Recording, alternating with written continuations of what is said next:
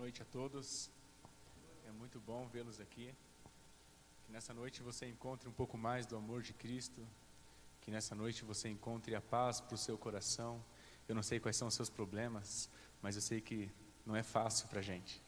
Eu sei que nesse mundo a gente passa por aflições, por angústias, e eu espero que em Cristo nessa noite você encontre a paz que você tanto precisa, que você encontre o carinho de Deus, o perdão, a certeza da salvação.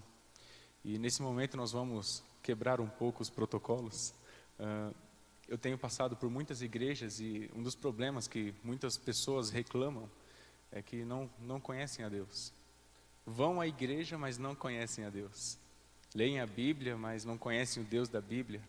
E talvez você esteja passando por um problema semelhante a esse. Talvez você não conhece a Deus. Ou se você o conhece, você não tem tanta intimidade com Ele. Então nesse momento nós vamos quebrar um pouco os protocolos da praxe dos cultos que nós fazemos aqui na igreja. E nós vamos fazer um pequeno momento de oração para que Deus fale ao seu coração da melhor forma possível. Você que nos acompanha pela TV JuVV, sinta-se convidado, ajoelhe-se na sua casa, no seu trabalho. Nós vamos ficar de joelhos e nós teremos um pequeno momento de oração, apenas 5 minutos. Mas eu creio que 5 minutos, para quem tem um coração carregado e para quem tem um Deus tão perto, é suficiente para termos alguma resposta, né? Então vamos ficar de joelhos e você vai ter 5 minutos em silêncio com o seu Deus e depois nós vamos orar juntos, pedindo a bênção de Deus para esse momento.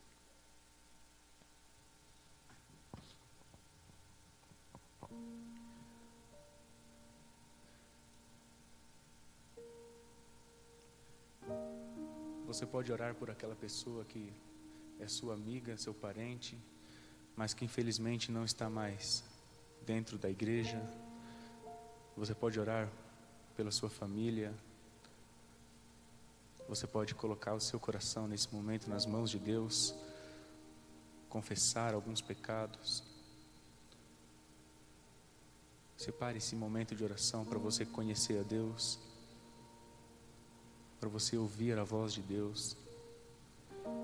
E ao final desse momento, nós vamos orar juntos.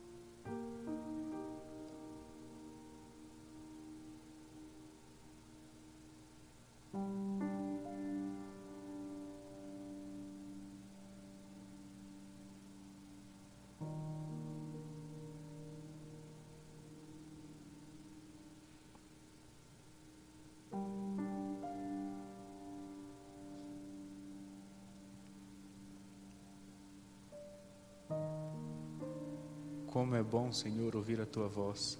Como é bom sentir o Teu abraço. Como é bom conhecê-lo. Nessa noite nós viemos à Tua casa para pedir um pouco da Tua presença, da Tua majestade em nosso coração. Nós queremos sentir o Teu perdão, o Teu consolo. E aqui vieram algumas pessoas que talvez tenham problemas grandes demais para serem resolvidos. E nesse momento nós temos a certeza de que o Senhor ouviu a nossa voz. Nós somos agradecidos ao Senhor, porque o Senhor é um Deus próximo dos seus filhos. E o Senhor é um Deus que visita todo dia o nosso coração, nos trazendo a esperança e o conforto em Cristo Jesus. Nessa noite nós pedimos, Pai, que o Senhor possa fazer a sua vontade ser conhecida a todos estes que aqui vieram, que nós possamos conhecê-lo a cada dia mais, e que o que for aqui falado possa de alguma forma impressionar o nosso coração. Abençoe, Pai, a Tua igreja, e abençoe a cada um dos membros que aqui estão, dessas famílias representadas. Que o Senhor olhe e ouça a oração que foi feita nesse lugar, e que do Seu trono todos esses problemas que nós depomos que eles possam ser resolvidos de acordo com a tua providência. Aquelas pessoas que nós oramos que não estão mais nos teus caminhos, que o Senhor possa atraí-las novamente, que o Senhor ouça a nossa oração de intercessão, que o Senhor ouça a nossa voz angustiada pelas cicatrizes desse mundo de pecado, e que o Senhor tenha a nossa vida em tuas mãos. Nesse momento que nós vamos abrir a tua palavra, nós pedimos a tua orientação, e nós pedimos que o Senhor continue presente na tua igreja. Nós oramos não porque nós somos merecedores de tal obra, mas nós oramos em nome de Cristo Jesus. Amém, Senhor. Amém.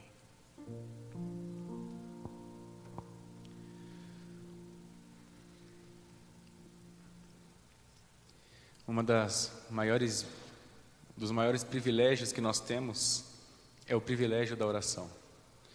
Nesse mundo tão cruel e tão difícil de viver, não existe um outro método de você conhecer o seu Deus a não ser através da oração e do estudo da palavra dele. Eu conheço muitas pessoas que falam que tem tantos problemas, e a gente pergunta como que está o relacionamento com Deus, e a oração fica por último. Quando a gente para fazer as nossas orações, Deus para tudo o que está fazendo para nos ouvir. Então tenha um hábito de oração, tenha uma vida de oração, converse com Deus, e assim eu tenho certeza que, por maiores que sejam os seus problemas, você vai ter paz quando você for dormir. E esse é o nosso objetivo, é ter paz nessa vida e ter um relacionamento maior com Deus. Amém? Eu fico muito feliz que você veio aqui. Eu espero que nós possamos conhecer o nosso Deus hoje de uma forma um pouco mais pessoal, mais relacional. E para isso eu pensei num tema que me chama muito a atenção. É um tema um tanto polêmico. É um tema que as pessoas falam e talvez não saibam muito sobre esse tema. Eu não sei se você já ouviu essa frase antes em algum lugar, mas geralmente as pessoas falam muito da vontade de Deus, né? Todo mundo já ouviu falar, não, mas aquilo ali foi da vontade de Deus. E eu fico pensando, até onde vai a vontade de Deus? O que é a vontade de Deus? Recentemente morreu um cantor aqui no Brasil, e eu, assistindo o jornal, eu percebi que no momento do velório daquele cantor, a família estava muito enlutada, aqueles admiradores da música daquele homem estavam enlutados também. E a emissora, fazendo ali as suas entrevistas, em dado momento entrevistaram um homem, e aquele homem, chorando muito e desconsolado, ele falava da seguinte forma: olhem, vamos ficar tranquilos, vamos manter a calma, porque Deus escolhe os melhores cantores para cantar para Ele lá no céu. Então isso aqui foi da vontade de Deus, Ele está perto de Deus agora, fiquem tranquilos, não vamos chorar por causa disso. E eu pensei, será que esse consolo é válido? Que Deus é esse que leva as pessoas? Imagina, aquilo aconteceu porque foi da vontade de Deus, ou então Deus quis assim. Uma criancinha nasce e em seguida morre vítima de algum problema grave de saúde. Olha, mas foi da vontade de Deus, ela está com Deus agora. Deus é um Deus ciumento, Deus gosta das pessoas próximo dEle. Então a vontade de Deus, irmãos, ela tem sido muito comentada hoje em dia. As pessoas têm muitas análises do que é a vontade de Deus, do que é a providência de Deus. E a Bíblia não fala muito sobre a palavra providência. Na verdade, a palavra providência nem existe na Bíblia, né? É igual milênio, não existe. Mas o termo providência, e a Bíblia tem algumas pistas sobre a vontade de Deus, a gente encontra folheando as páginas da Bíblia. E nessa noite nós vamos falar rapidamente sobre aquilo que a Bíblia fala do que é a vontade de Deus, até onde vai a vontade de Deus. Mas nós vamos começar com 2 exemplos. Eu separei apenas 2 fotos para os irmãos. Eu sempre enfrento algum problema com esses aparelhos, não sei se já está funcionando. Isso. Eu não sei se você conhece essa mulher da fotografia. Eu creio que não, é para poucos. O nome dessa mulher é Helen Keller. Essa mulher, ela nasceu com uma deficiência, uma doença chamada meningite. Ela foi acometida ainda muito jovem no berço, e ela ficou com algumas sequelas. Ela não falava, ela não ouvia e ela não podia ver nada. Era cega, surda e muda. E uma criança nessas condições tem muita dificuldade para se comunicar com o mundo. Uma criança pequena por si só já tem dificuldade para se fazer conhecer as suas vontades, para se comunicar com os seus pais. Agora imagina uma criança nessas condições. Não pode ver o rosto da sua mãe, não pode ouvir a voz do seu pai, não pode falar eu te amo, uma criança que tem tantas dificuldades. E os pais sofriam porque essa criança, ainda pequena, tinha tantas dificuldades e totalmente limitada, e tinha por vezes crises e mais crises de ansiedade, e não conseguia se fazer entender pelos seus pais, e os pais não podiam se comunicar, não havia formas para que ela entendesse o que os pais queriam falar. Até que uma mulher que cursava pedagogia, e eu não me recordo o nome dela, eu lembro que era alguma coisa Sullivan, depois os irmãos podem pesquisar melhor. Ela ainda cursando pedagogia, ela se ofereceu para ajudar o caso da criança. E os pais, descrentes de que alguma coisa poderia solucionar esse caso, eles resolveram atender ali a disponibilidade daquela estudante e colocaram a pequena Ellen aos cuidados daquela estagiária ainda em pedagogia. E a história nos conta que todos os métodos que aquela estudante encontrava nos livros científicos não adiantavam. Ela tentava tudo o que ela lia, o que ela estudava, o que ela ouvia na faculdade, e quando ela aplicava na vida prática dessa menina, não dava certo. Não tinha o que fazia com que a menina pudesse se fazer entender pelos outros. Até o momento em que ela teve uma ideia. E foi uma ideia um tanto ousada, né? Eu não sei se os irmãos concordam comigo, mas a história nos conta que em certo momento a cuidadora dessa criança resolveu fazer uma comida, um almoço para ela, e de propósito ela colocou um pouquinho mais de sal na comida, para que a menina pudesse se fazer entender de alguma forma. E aquela comida ficou, eu creio que talvez muito mais salgada do que o normal. E a história fala que nesse momento a menina comeu e, percebendo que a comida estava salgada, não queria mais comer, mas a estudante forçou a menina para que ela comesse aquele prato de comida salgada ali. E a menina não querendo, mas foi forçada, e ela acabou comendo uma grande quantidade de comida. E aquela cuidadora levou a menina então para uma sala e deixou ela trancada ali naquela sala por algumas horas. E os irmãos sabem que quando a gente come alguma coisa que tem muito sal, naturalmente nós vamos sentir sede. E a menina começou a sentir sede. E agora? Como que a menina ia pedir um copo de água? Ela não sabia, não sabia falar, não podia ouvir, não podia ver nada. Quais foram as estratégias da menina? Quando aquela cuidadora percebeu que a menina estava querendo se comunicar e dizer que estava com sede, a história fala que a cuidadora pegou um jarro de água e juntou as mãozinhas da menina e derramou um pouquinho de água e fez com que a menina lavasse as mãos. E quando a menina lavou as mãos, ela deu um copo de água. E aí a menina, uma pequena quantidade de água a menina bebeu, e em seguida ela não fez mais nada e foi embora. E quando ela voltou dentro de alguns outros minutos, ela volta para aquela sala, e a menina, percebendo que tinha alguém ali, ela, sem nenhuma ajuda, começou a fingir que estava lavando as mãos, pedindo água. E assim foi a primeira forma de comunicação que ela teve com as outras pessoas, pedir água. Toda vez que ela queria água, ela chegava para alguém e mexia assim com as mãos, e ela tinha água. Só que a história não termina aqui. A história continua dizendo que, depois de muito estudo, essa menina foi evoluindo no seu aprendizado, foi aprendendo novas coisas, ao ponto dela aprender todo o alfabeto em braille. E quando ela cresceu um pouco mais, a história diz que ela foi para uma faculdade e ela se graduou em filosofia e também jornalismo. Além disso, essa mulher, agora adulta, ela foi autora de alguns livros, e a vida dela foi uma vida que influenciou um filme ser elaborado pelos seus editores. E o interessante é que quando eu parei para analisar algumas das frases que a menina dizia, a menina falava, depois nos seus livros ela escrevia algo parecido com: o melhor da nossa vida não pode ser tocado e nem visto, o melhor da nossa vida foi feito para a gente sentir no nosso coração. Eu fiquei impressionado com essa história. Nós que temos tantas facilidades, muitas vezes reclamamos de tantas coisas, né? E essa menina que não tinha nenhuma forma de se comunicar, tinha um coração tão esperto e tão bondoso ao ponto de ajudar tantas pessoas. Mas o que eu queria falar para os irmãos era: por que isso aconteceu com essa menina? Porque foi da vontade de Deus que isso acontecesse com a menina? Será que Deus elaborou e planejou essas dificuldades? Será que Deus quis que essa menina nascesse dessa forma? O que é a vontade de Deus? Se eu não fosse cristão e alguém me falasse: isso aconteceu porque foi da vontade de Deus, eu não gostaria de conhecer esse Deus. Eu não quero conhecer um Deus que tem uma vontade pior do que as dos seres humanos. Mas tem mais uma foto que eu gostaria de mostrar para os irmãos. Eu não sei se Passou, se não passou, irmão? O irmão pode passar para mim, por favor. A próxima foto, eu não sei se os irmãos já viram esse vídeo. Esse vídeo viralizou alguns anos atrás na nossa igreja. Era de uma menina chamada Andressa Barragana. Essa menina, depois que conheceu a Cristo de uma forma mais particular, ela desenvolveu todos os seus dons e usou tudo que ela tinha para a obra de Cristo. Tudo que os irmãos podem imaginar, ela usava para Jesus.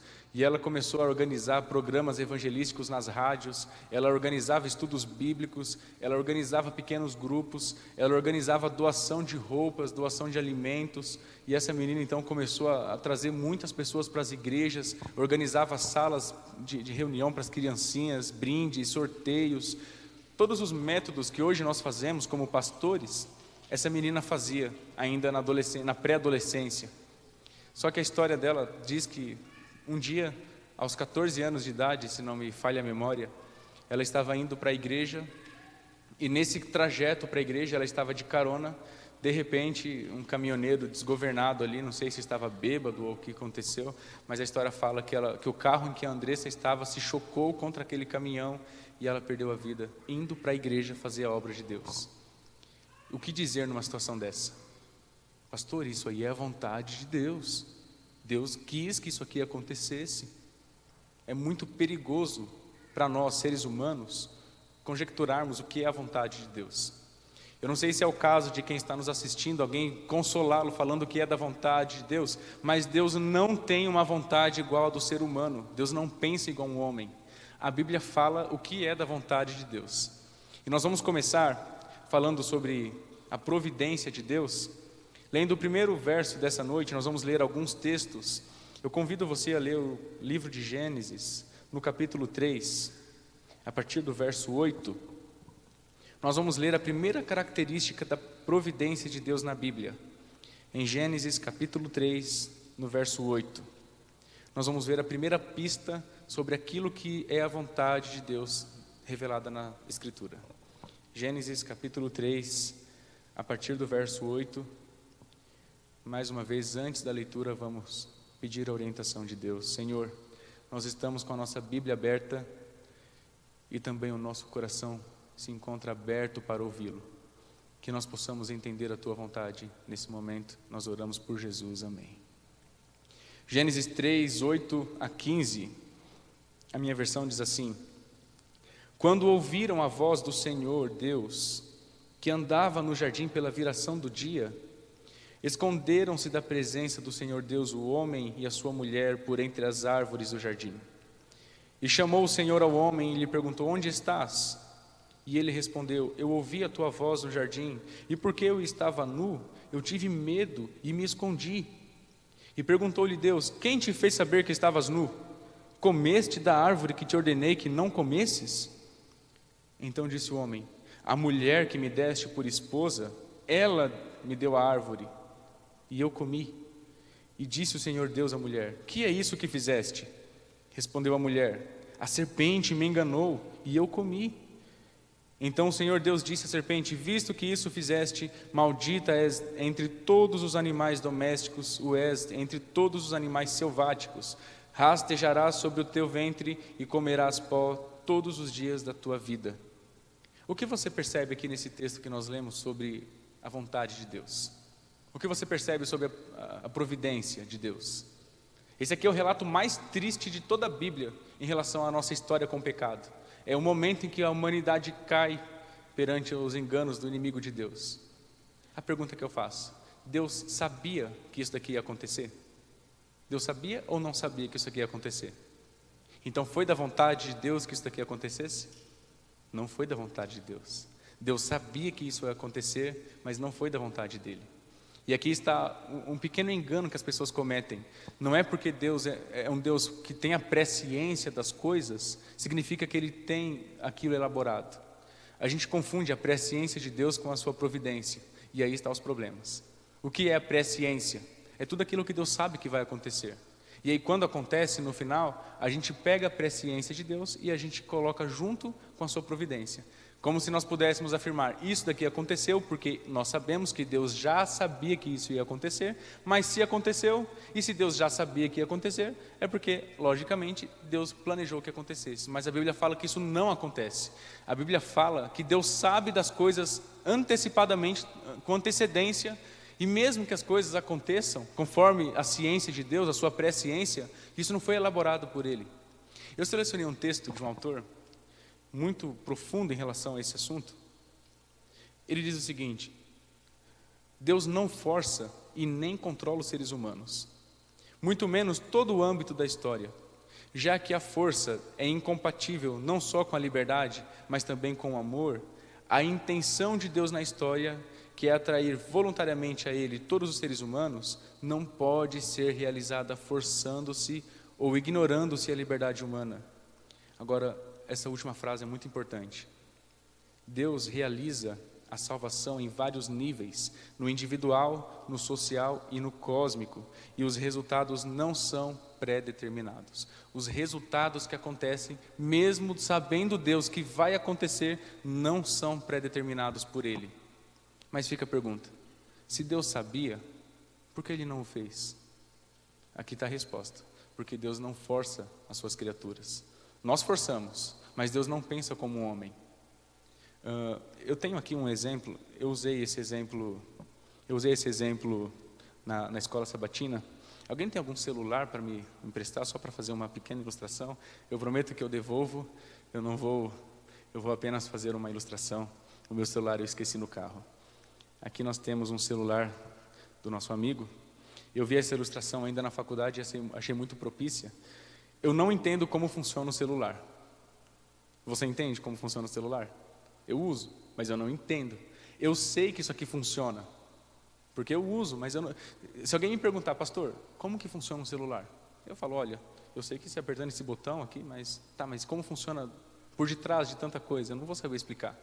Vamos supor que aqui em nosso meio exista alguém formado nessa área de comunicação e tanta tecnologia, e alguém aqui fala: não, pastor, mas eu sou estudado sobre esse assunto, eu sei como funciona o celular. E eu falo: então, por favor, vem aqui à frente, tenha bondade.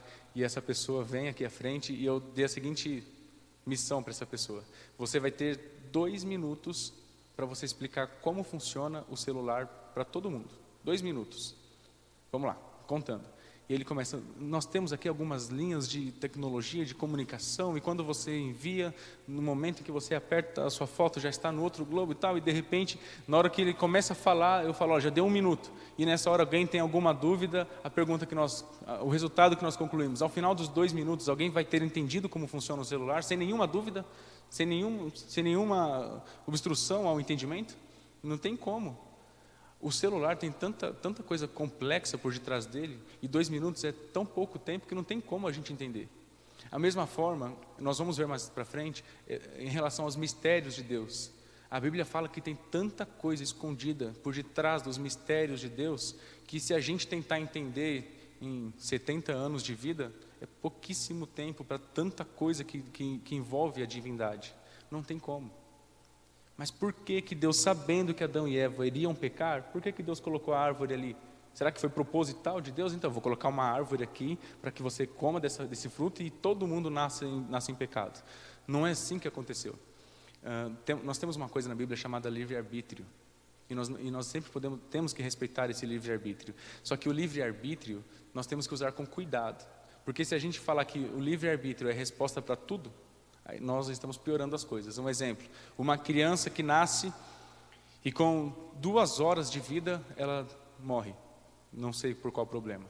E aí alguém vai consolar os pais e alguém cristão responde assim: não, senhor Manuel, o seu filho morreu porque era o livre-arbítrio, ele tinha o livre-arbítrio e por isso que Deus respeitou as escolhas dele. Mas que escolhas? Está vendo como não se encaixa o livre-arbítrio em todas as respostas que a gente tenta colocar? O livre-arbítrio é semelhante a uma folha de papel sulfite. Se eu entregar para cada um dos irmãos e falar assim: olha, vocês vão escrever agora tudo sobre mim, supondo que nesse momento eu sou um professor e vocês os alunos, e vocês vão escrever o que vocês acham das minhas aulas, e ao final eu pego os relatórios de todo mundo e levo para a direção do colégio. vocês vão achar, puxa vida, ele é um professor muito transparente. Eu pego essas folhas e levo para o diretor, mas no momento em que eu estou indo para a sala dele, eu vejo uma folha que tem um relatório talvez negativo, e eu jogo fora. E eu só levo os bons relatórios. Eu estarei sendo injusto. E Deus não é injusto.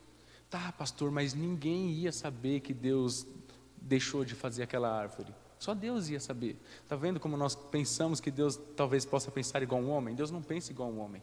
Deus pensa igual Deus. Se é que nós podemos usar a palavra pensar para Deus, né? Deus também nem pensa, Deus já está no final de toda a linha de raciocínio. Só para nós terminarmos esse primeiro momento, supondo que alguém chegue para você, e preste atenção na ambiguidade das coisas aqui. Supondo que alguém chegue para você e fala assim, olha, me prova que o celular existe e funciona. E se eu não tiver nenhuma dúvida, eu vou acreditar no celular. E você, tá bom, eu vou fazer uma ligação aqui para você, e você vai ver que realmente o celular funciona. E aí você vai fazer a ligação, mas na hora, como acontece por vezes com a operadora TIM, o seu sinal cai. E aí você fica, como diz o outro, na mão. Não tem como provar para ele que o celular funciona. Ele vai falar assim, tá vendo? O celular não funciona, não dá certo. É por causa disso que você vai deixar de acreditar que o celular funciona? Não. Por quê? Você já experimentou o celular, você já conheceu o celular. É porque alguém chega para você e fala assim, por que essas coisas aqui acontecem? E você não tem a resposta, não é por causa disso que você vai deixar de acreditar no Deus que você acredita. Por quê? Por mais que eu não tenha as respostas que eu gostaria de ter, eu tenho um relacionamento que eu sei as coisas que eu já vivi com meu Deus. E é por isso que eu não deixo de acreditar em Deus, mesmo não sabendo alguns mistérios que possam acontecer na minha vida. A primeira característica, obrigado irmão, a primeira característica da providência de Deus é que Deus permite que as pessoas andem no pecado. O pecado foi uma escolha de quem? Do ser humano. Mesmo com a presciência de Deus, o ser humano escolheu o pecado. E Deus permite que isso aconteça. No Salmos capítulo 81, você pode abrir sua Bíblia comigo também agora no livro de Salmos. E se você estiver na sua casa com a Bíblia aberta, vamos ler juntos Salmos capítulo 81. Apenas 2 versos de Salmos. Nós vamos aprender mais um pouco sobre a vontade de Deus. Salmos capítulo 81, no verso 12 e no verso 13. Na verdade, nós podemos tirar a leitura a partir do verso 10. Salmos 81, no verso 10. Antes da leitura, permita-me contextualizá-lo. O capítulo 81 de Salmos fala sobre o relacionamento de Deus com o povo de Israel. E agora no versículo 10 do capítulo 81, a minha versão diz assim: Eu sou o Senhor teu Deus, que te tirei da terra do Egito. Abre bem a boca e te encherei, talvez de bênçãos. No verso 11, mas o meu povo não me quis escutar a voz, e Israel não me atendeu. Assim, deixei-o andar na teimosia do seu coração. Siga os seus próprios conselhos. É forte esse texto, né? Você já tinha lido esse texto antes? Como é forte esse texto? Esse texto fala o seguinte: por vezes Deus fala para o povo de Israel, olha, eu quero que você faça o que é certo, eu estou aqui, eu sou o seu Deus, eu tirei você do Egito, anda nos meus caminhos, você tem a minha lei, anda de acordo com a minha lei, você tem os milagres que vocês viram, e obedeçam, eu estou aqui, eu quero ser um com vocês. E a Bíblia fala que o povo, mesmo ouvindo a voz de Deus, fazia tudo o que era errado, adorava outros deuses, e por isso no final Deus fala assim: por isso eu vou deixar que vocês andem na teimosia do coração de vocês. É pesado, né? Nossa, como que Deus fala isso para um povo? Eu vou deixar você andar na teimosia do seu coração. É isso que você quer? Vai então e faz errado. Como diz o povo, vai quebrar a cara no final, mas vai. É isso que você quer? Ande sozinho, nos seus próprios conselhos. Se nós olharmos por essa ótica, parece que o texto é muito forte, porque nós olhamos com a nossa ótica, e esse é um dos motivos da gente não entender a Bíblia. A gente lê a Bíblia pensando que o autor da Bíblia é um homem, e aí quando eu leio esse texto, eu vou ler de acordo com os meus pensamentos humanos, mas a Bíblia não foi escrita por um homem. Esse texto significa o seguinte: olhe como muda as coisas. O povo de Deus é o povo de Israel. Isso é nítido na Bíblia. Deus chamou Israel por um motivo muito simples. Jesus falou, a salvação veio pelos judeus. Deus chamou o povo de Israel para ser o povo da salvação. Enquanto todos os outros povos e etnias estivessem andando nos conselhos do seu coração caído e pagão, o povo de Israel era um povo santo a Deus e deveria continuar sendo santo. Deus chamou o povo para que o povo iluminasse o mundo. E por causa disso, por vezes Deus falou assim, olha, vocês agora são o meu filho. Eu amo vocês como se vocês fossem o meu filho. E eu vou educá-los para que quando vocês crescerem, vocês continuem nos meus caminhos. Deus começa a educar o povo e o povo anda longe de Deus. E por isso que tanta tragédia acontece. Quantos aqui são pais? Deixa eu ver as mãos. Quantos são pais? Vixe, a maioria esmagadora. Inclusive a minha mãe está aqui hoje, ela foi a primeira que levantou a mão. Não sei se os irmãos perceberam. Mas o pai que tem um filho pequeno, talvez entenda melhor. A outra ali também é mãe, aquela ali, né? O pai que tem um filho pequeno, talvez entenda melhor essa ilustração. Se você tem um filho e você quer educar o seu filho, você fala assim, meu querido, não coloca o dedo na tomada, porque faz dodói. E se você colocar o dedo na tomada, você vai levar um choque. E o seu filho sabe que é errado. Ele tem o seu conselho. Ele ouviu a tua voz, ele sabe que não é para fazer isso. E por vezes ele vai lá, chega perto da tomada e você fala assim, olha, o menino olha para você, entende que é errado e ele deixa de fazer aquilo que é errado. Mas tem um momento que você está indo fazer alguma outra coisa e você percebe que ele vai colocar o dedo na tomada de teimosia. E você olhando aquilo, você sabe que aquele choque que ele vai levar não vai ser um choque fatal para ele. E você sabe que muitas vezes o ser humano aprende quando erra. Então o que você faz? Bom, ele vai colocar o dedo ali e vai ser a última vez que ele vai colocar o dedo naquela tomada. E você passa fingindo que não está vendo a cena, a criancinha vai lá, coloca o dedo na tomada e nunca mais vai colocar o dedo na tomada de novo, porque ela levou um choque e ela aprendeu a lição. Com Deus é a mesmíssima coisa. Deus olhou o povo de Israel e Deus falou assim, eu sou o pai de vocês, eu sou o Deus dos milagres que vocês viram. Por que vocês querem adorar outro Deus? Mas já que vocês querem tanto adorar outro Deus, andem no conselho do seu coração. Vá lá, adore outros deuses. E vocês vão ter por experiência própria a sua opinião. Qual Deus é melhor ser seguido? Eu ou os outros deuses que nem existem, que são apenas forças malignas? E se o povo de Israel daquele tempo pudesse ressuscitar hoje, eles teriam uma opinião formada de uma forma coletiva. Uma das coisas mais interessantes da Bíblia, a Bíblia conta um momento em que todos estarão em pé diante de Deus, todos.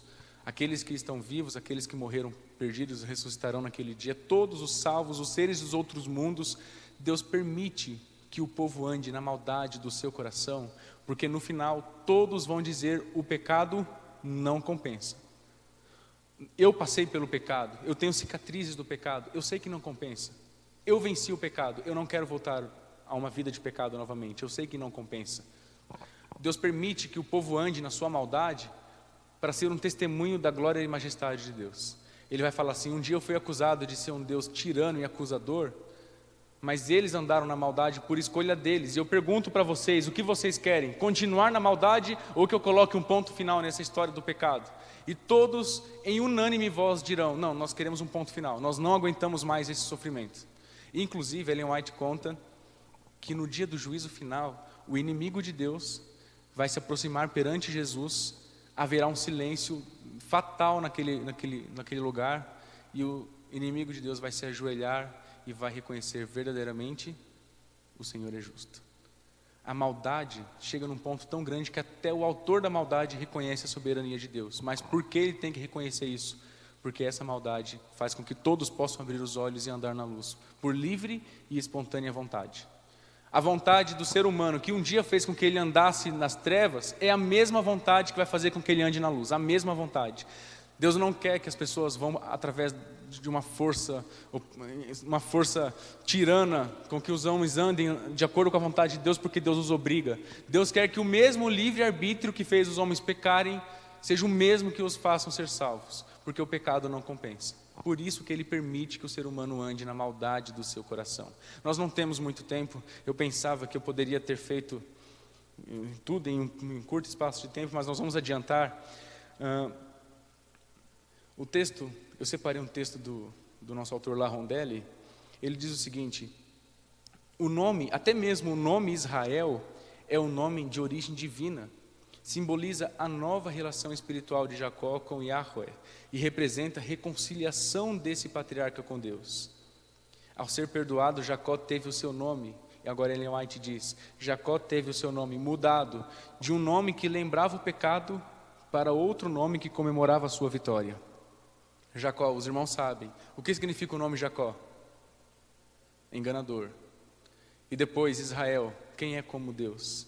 Ele lutou com Deus e através da graça de Deus, Jacó venceu e se tornou Israel. Por isso que Deus chama o povo. Vocês vão lutar, vocês vão passar momentos difíceis, mas vocês vão vencer. E pela opinião própria de vocês, vocês vão entender que o pecado não compensa. E é por isso que Deus permite que o pecado aconteça. É por isso que histórias que nós vemos, como a história da Andressa, a menina missionária, faz a gente perceber, isso daqui não é da vontade de Deus. E eu quero que isso aqui não aconteça mais. Eu anseio pela eternidade. Esse é o propósito de Deus, através de tanta maldade que o mundo nos proporciona. Nós vamos adiantar um pouco. Isso daqui você pode continuar pesquisando na sua casa. A Bíblia fala mais uma característica da vontade de Deus, o que é a providência de Deus. A Bíblia fala, nós vamos ver em Gênesis capítulo 20 e no verso 6, eu não sei se você já sabia que esse texto existia e que falava sobre a vontade de Deus, mas Deus deixou isso aqui de propósito para que você saiba o que é a vontade dele. Gênesis capítulo 20, no verso 6, a minha versão diz assim, Gênesis 20, no verso 6. Respondeu-lhe Deus em sonho, eu bem sei que com sinceridade de coração fizesse isso. Daí o ter impedido eu de pecares contra mim e não te permitir que a tocasses. Deus pode interromper o pecado do ser humano. Deus pode intervir para que o ser humano não peque. Quando a gente peca, sem saber que isso é pecado, nós seremos julgados por Deus? O que a Bíblia fala? O ignorante vai ser julgado com a lei da ignorância. Se eu não sabia que fazer isso aqui era errado, eu não sabia, eu fui educado assim, a Bíblia fala que Deus não vai levar em conta os tempos de ignorância. Eu não sabia. Agora, não é porque eu não sabia que isso aqui vai deixar de ser pecado. Eu vou fazer o pecado sem saber que é pecado, mas mesmo assim é pecado. E a Bíblia fala que por vezes Deus chega para o ser humano e fala assim, olha, não faz isso. Isso aqui é pecado. Eu estou intervindo na sua vida para você não fazer isso. Alguém já sentiu isso? Alguém já sentiu um momento que mesmo sem saber que aquilo era errado, nunca alguém falou para você, não faz isso, e você sem saber de nada, estava indo no caminho do erro e de repente, sem ninguém ter te falado, alguma voz te sugere o seguinte, para com isso. Isso aqui não é legal para você. É Deus, é o que a Bíblia fala. Deus impede as pessoas de pecarem, porque Ele sabe que talvez a gente não possa saber que aquilo é errado. Que maravilhoso, né? Nós temos um Deus que é um Deus tão detalhista, que até nos faz não pecar, por nós sabermos que aquilo é errado. A Bíblia continua falando muito sobre a vontade de Deus, e existem dois tipos de vontade de Deus, de providência de Deus. Tudo isso que nós falamos, e nós podemos repetir para os irmãos, Deus permite que o pecado siga o seu curso natural, e Deus pode evitar que o ser humano peque. Essas duas características da vontade de Deus é a vontade indireta de Deus, é a providência indireta. É uma atitude que Deus tem, uma atitude permissiva. Eu permito que você ande no seu pecado, mas talvez eu permita que você não cometa esse pecado. É uma providência indireta. Talvez eu não perceba que Deus está agindo. É por isso que é indireto. Talvez eu não saiba que é Deus, mas é. Por isso que a Bíblia fala que existem dois tipos de vontade. A vontade que é direta e uma vontade de Deus que é uma vontade indireta. A vontade direta de Deus, aquilo que Deus faz de uma forma direta, de uma forma visível, que não reste dúvidas, aconteceu talvez no maior exemplo de todos, a encarnação. A encarnação não aconteceu só no momento que Jesus nasceu, um bebezinho, filho de Maria. Não foi só nesse momento que aconteceu a encarnação. A encarnação talvez em outras formas, ela se deu a partir do momento que Deus chega para o povo de Israel e Deus fala assim: faça um santuário para que eu possa habitar no meio de vocês. Essa é a vontade direta de Deus. Eu quero que você more comigo. E eu sei que talvez demore um pouco para nós morarmos juntos no céu, mas eu vou até você. Essa é a minha vontade direta para você.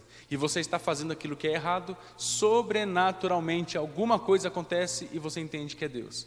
Sobrenaturalmente, Jesus, se for possível, desce do céu e você cai do cavalo e você entende que é Deus. Sobrenaturalmente você ouve um relâmpago, você ouve uma voz, sobrenaturalmente você vê uma sarça pegando fogo e não se consome, e você sabe que é Deus, porque essa é a vontade direta de Deus para você. Nós vamos encerrar o nosso estudo dessa noite, só com um detalhe. Quando Deus criou o nosso planeta, o planeta saiu da vontade de Deus? Sim ou não? Esse planeta é a vontade de Deus? Não, não é. Deus criou, planejou um planeta, fez, e depois ele se deturpou. O que nós temos hoje não é a vontade de Deus. Agora Deus tem um problema, se é que nós podemos dizer nesses termos. Como que Deus vai solucionar a questão do pecado? O que ele vai fazer para isso? A Bíblia fala que o pecado, para ser destruído, a Bíblia nos ensina que para o pecado ser destruído, precisava de um corpo. Você nunca vai conseguir lutar com alguma coisa que você não vê. É impossível. Como que você vai lutar com o inimigo que você não consegue ver onde ele está? Não tem como. Para o pecado ser destruído, e lembrando que o pecado está em todos os lugares, o pecado precisava de um corpo para ser destruído. E a Bíblia fala que Jesus se fez pecado. A Bíblia fala que Jesus assumiu no seu corpo o pecado de todos nós. Agora eu posso destruir o pecado. Mesmo que custe a minha vida, eu vou destruir o pecado. E por mais que eu crie um novo mundo, ele nunca mais vai ser idêntico ao primeiro que eu criei. E nele não vai ter mais pecado. Sabe por que não vai ter mais pecado? Não é porque Deus não vai deixar ter pecado. É porque a gente não vai querer ter pecado de novo. Nós não vamos querer mais viver no mundo de pecado. Aí vem a pergunta: Deus pode morrer? Deus pode morrer? Quem que é o autor da vida? Deus. Eu sou o caminho, a verdade e a vida. Como que eu, sendo a vida, posso morrer? É simples. E com essa ilustração, nós vamos encerrar o culto. Eu não posso ficar cego, a não ser que algum acidente me aconteça para que eu fique cego. Eu nasci com os meus olhos 50% perfeitos. Se eu tirar o óculos, eu fico 50% imperfeito com meus olhos. Mas eu tenho uma visão boa, entre aspas. Eu tenho uma visão boa, eu estou enxergando vocês. Se alguém fala assim para mim: pastor, o senhor precisa salvar a igreja do JUVV. Tá, qual que é o preço? Fique cego. Mas eu não posso ficar cego. Deus, o senhor precisa salvar a humanidade. Tudo bem, qual é o preço? Morra. Eu não posso, eu sou a vida. Como que eu vou morrer se eu sou a vida? É simples. Se para salvar a igreja do JUVV eu preciso ficar cego, sabendo que eu não consigo ficar cego se alguma coisa não me acontecer, o que eu faço simplesmente é fechar os olhos. Eu estou com os olhos fechados, sabendo que eu estou plenamente nos meus poderes de abrir os olhos e ver novamente, mas agora eu estou cego, eu não consigo ver. Depois eu posso abrir os olhos e eu paguei o preço. Deus pode morrer? Não, Deus não pode morrer. Mas se para salvar a humanidade alguém fale: o Senhor precisa fazer no seu corpo o pecado de todo mundo para que você traga a salvação, e você precisa dar fim nesse corpo, você precisa morrer, muito bem. Eu assumo no meu corpo os pecados de todo mundo e eu me assento numa poltrona chamada morte, e enquanto eu estiver assentado, é o mesmo que estiver morto, porque eu passei pelo estado da morte, mesmo sem morrer da forma literal como o ser humano possa entender. Então, se nós falarmos assim: Deus não morreu? Não, Deus morreu. Como? Igual o exemplo do celular. Não sei como te explicar, mas ele passou pelo estado da morte para salvar você. E essa, a Bíblia fala que é a maior vontade de Deus para a sua vida, que você seja salvo. Quantos aqui querem aceitar essa mensagem de salvação que Deus nos fez? Levante a sua mão. fique em pé também, não levanta só a mão. Se você quer ser salvo, fique com seu corpo todo em pé. E nós vamos cantar um hino muito bonito que fala sobre a certeza que nós temos de andar nos caminhos de Deus. Nós vamos cantar o hino Em Tuas Mãos. E enquanto você cantar esse hino, coloque-se nas mãos de Deus e tenha certeza que a vontade de Deus para a sua vida é a melhor vontade possível. Ele é o teu Pai e Ele sabe o que é melhor para você.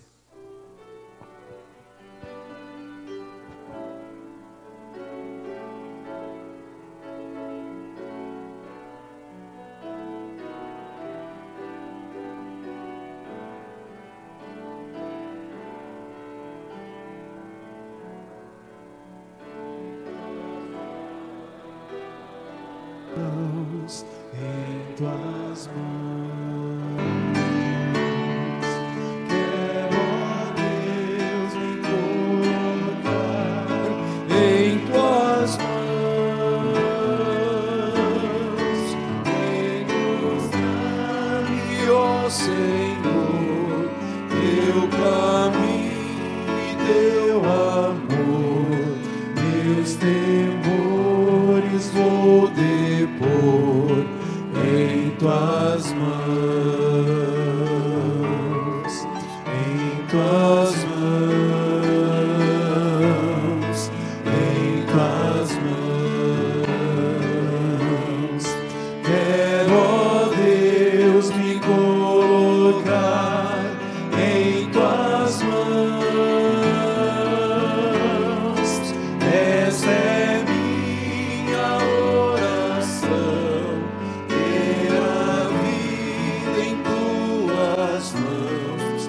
Toma, pois, meu coração em tuas mãos.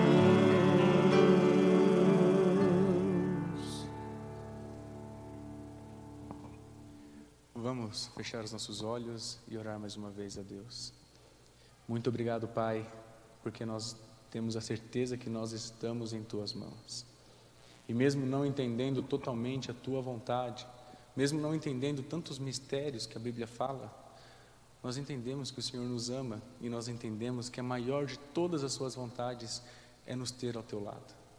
Nessa noite nós entregamos a nossa vida em Tuas mãos e nós pedimos que o Senhor salve a nós e a nossa família, que quando Jesus voltar, nós possamos ter as respostas que a gente tanto procura e além disso que nós possamos ter uma eternidade toda para entender um pouquinho só do Teu amor.